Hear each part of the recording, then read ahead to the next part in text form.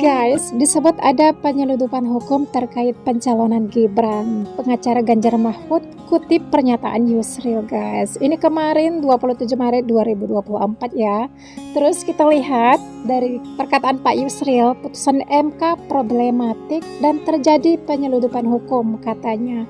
Ini kemarin 17 Oktober 2023 ya.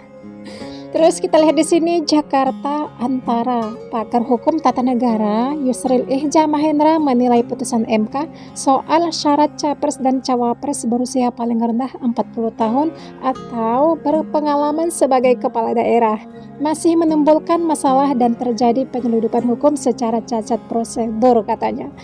Ini putusan yang tidak bulat karena ada 4 hakim yang menolak gugatan. 2 hakim menyetujui dengan alasan berbeda dan 3 hakim menyetujui kata Yusril usai diskusi menakar Pilpres pasca putusan MK di Jakarta Selasa pada waktu itu ya guys. Sebelum Pak Yusril Ihja Mahendra menjadi tim kuasa hukum 02 gitu. Terus kita lihat ini dari Mbak ini ya. Di sini disampaikan, lihat video sampai selesai ya biar paham apa yang telah terjadi gitu.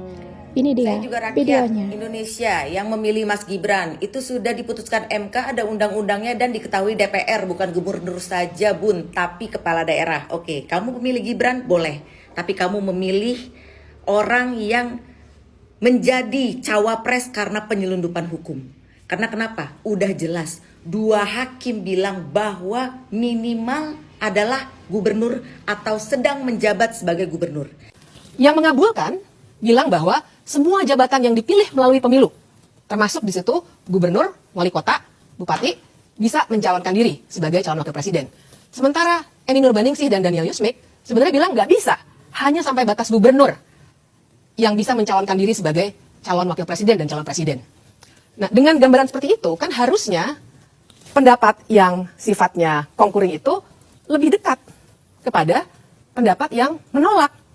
Karena mereka sebenarnya tidak setuju dengan jabatan wali kota, tidak seluas itu. Tapi ternyata yang diputuskan, mereka yang berpendapat berbeda dikelompokkan ke dalam kelompok yang mengabulkan.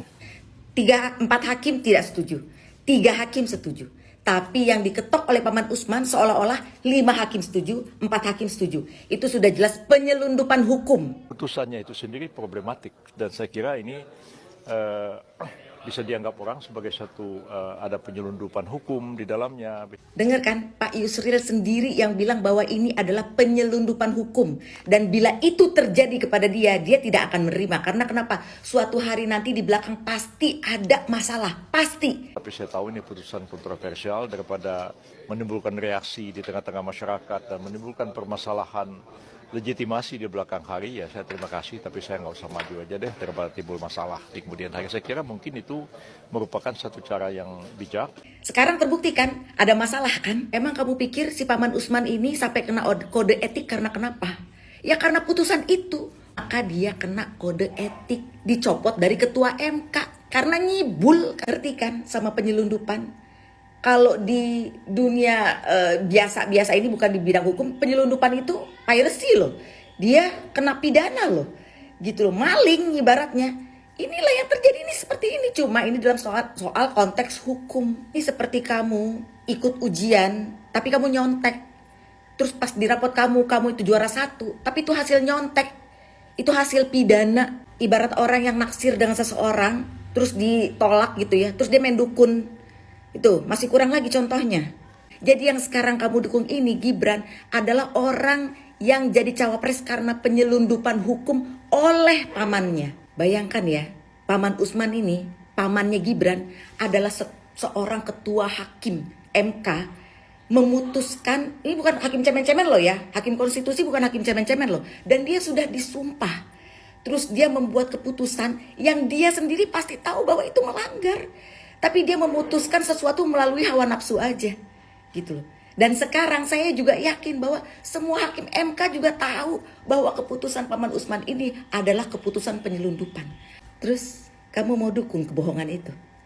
Bagaimana itu bila terjadi kepada dirimu? Suatu hari misalnya kamu punya rumah, tiba-tiba ada orang datang bilang rumah kamu itu rumahnya dia. Terus dia bawa ke pengadilan. Karena pernah ada jurisprudensi bahwa Pernah ada kok hakim yang curang memutuskan sesuatu yang memang tidak benar.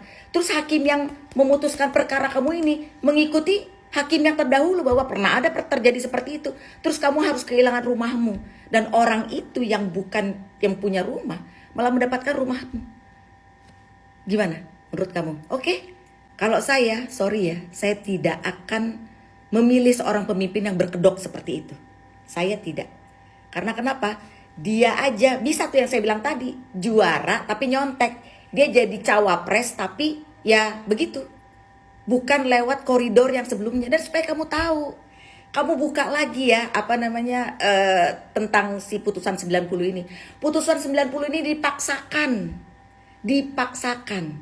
Karena kenapa? Dia belum ada persetujuan dari DPR. Karena persetujuan dari DPR itu harus. Pada saat itu DPR sedang reses. Nggak ada orang di dalam DPR. KPU kalau menyusun peraturan itu harus konsultasi dengan DPR. Dan kita tahu DPR sekarang ini reses. Dan pendaftaran Pilpres akan dimulai tanggal 19, tinggal 2 hari lagi dari sekarang ini. Apakah KPU masih mungkin dapat mengubah aturan KPU? Ya, jadi putusan 90 itu belum berlaku pada saat Prabowo dan Gibran mendaftarkan diri di KPU.